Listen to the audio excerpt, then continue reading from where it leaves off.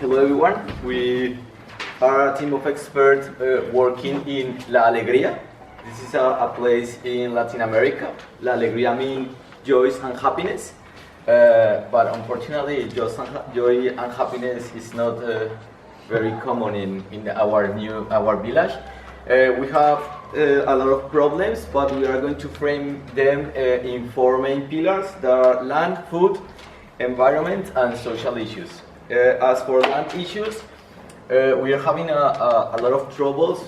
In history, this used to be a forest. We still have a little bit of forest here.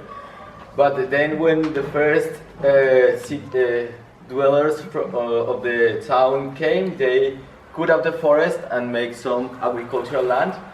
But then some drug cartels came in and took all the land from this side of the river, and then started to grow some crops, African palm crops for palm oil.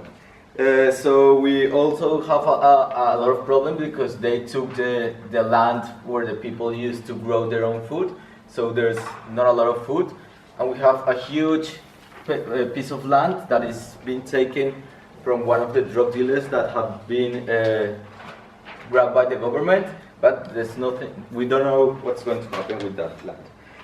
So there's a lot of land inequality, and this leads to malnutrition of food because we don't have where to grow our own food. We have to import from other parts nearby or some far away. And we are also having some threats because there are some huge supermarkets that want to come in to La Alegria. Yeah, and regarding with environmental and social things. The most important thing about environment is that our big producers of palm are polluting water and soil, and this is affecting our people and our local practices. Also, we have still a potential because we have forests or we have native ecosystems, but because the knowledge is lost by the people, so people doesn't know enough in this moment how to take advantage of the natural resources. And the last thing is that with those monocrops, we are losing biodiversity. And about social issues, the most important is that we don't have people here, because those plantations don't require too much wage, so people is going to the city in order to work there. And we have also political issues because there are not enough political representation of those people. They are not organized, so they cannot influence public policies in order to change or to get more representation or be more visible in those public policies. Well, regarding the farming system we basically envision an agroecological farming communal system.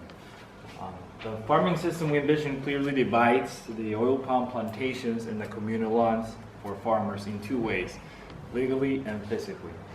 We understand the implications of the crop, the oil palm. We understand that it requires huge tracts of lands needed for optimal yields, that it requires a lot of irrigation, and there's possible externalities in the form of pollution.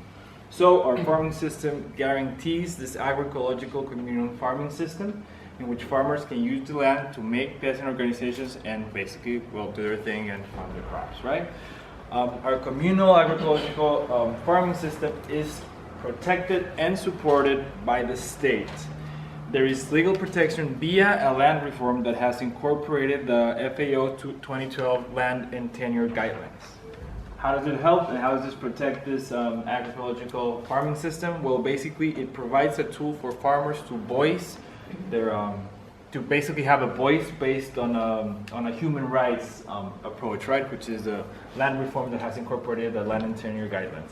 And also it gives the state and the civil society a common language in which they can interact. So the food justice and our food sovereignty approach tell us that actually our farmers are producing their own food, which is a green product and are respecting local and traditional knowledge from our community and producing our local native varieties. In this place we are going to have beans,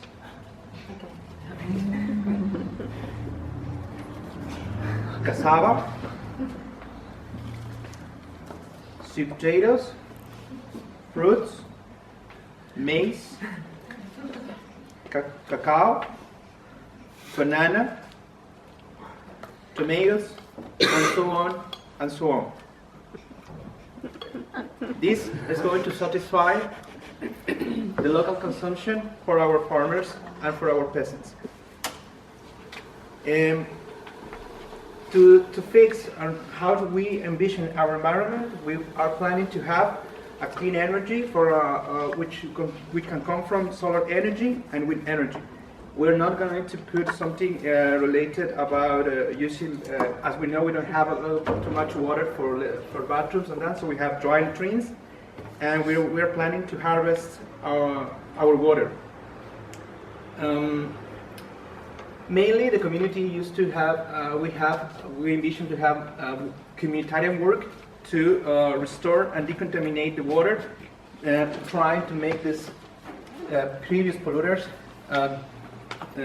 pay this small community for compensation. So, in this whole system, we are looking for, in a scale of trade, we are looking that our small producers, first of all, they satisfy their own needs for food. The system is going to work with when they have surpluses. These surpluses are going to be trade with other communities that have the same system. Our vision is that this trade can grow from community to local level, to a national level, then to a regional level.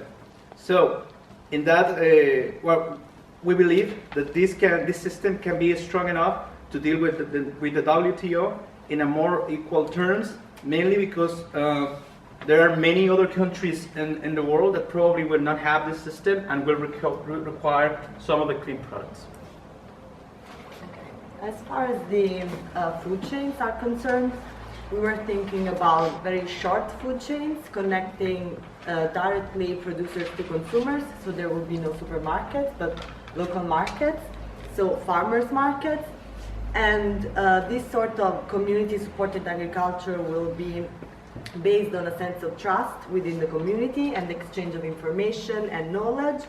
And there will be also a participatory system of food certification as an alternative to third-party certification.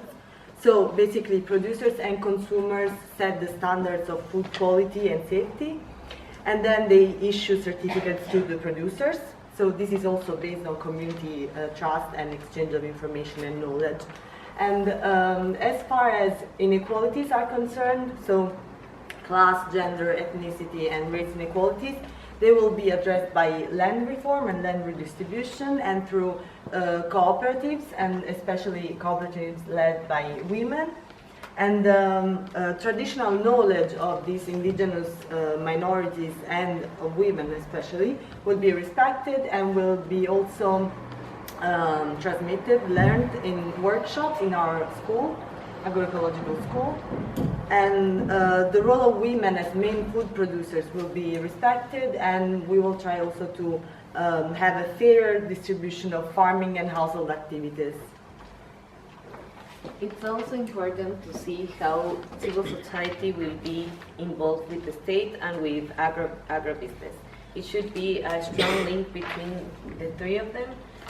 Mainly, we hope that, and it's gonna happen, civil society is gonna be organized and to have a strong link with the state, in the sense that they are going to discuss the policies that the state is going to decide in the community. So there could be like several reunions once in a while in the community.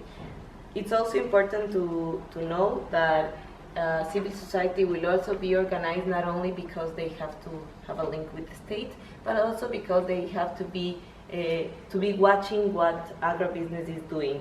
So they will be taking care of their people, of how people is being treated, and also because they need to be aware of what agribusiness is doing with the environment, so they can secure their own safety, their own well-being. So that would be like the change in this new scenario. And as a long-term goal, we hope to recuperate the river that has been damaged from the huge crops. We also hope to recuperate our forest, making it bigger in part of this forest recuperation.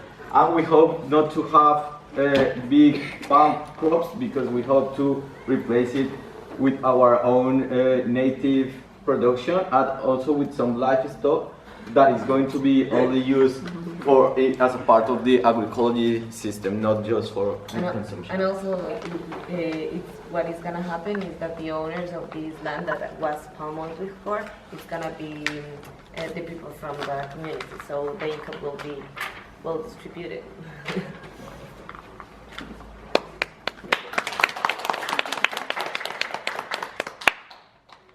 All right. That was only 11 minutes. Brilliant. Any discussion points? Yeah, Maria, sorry.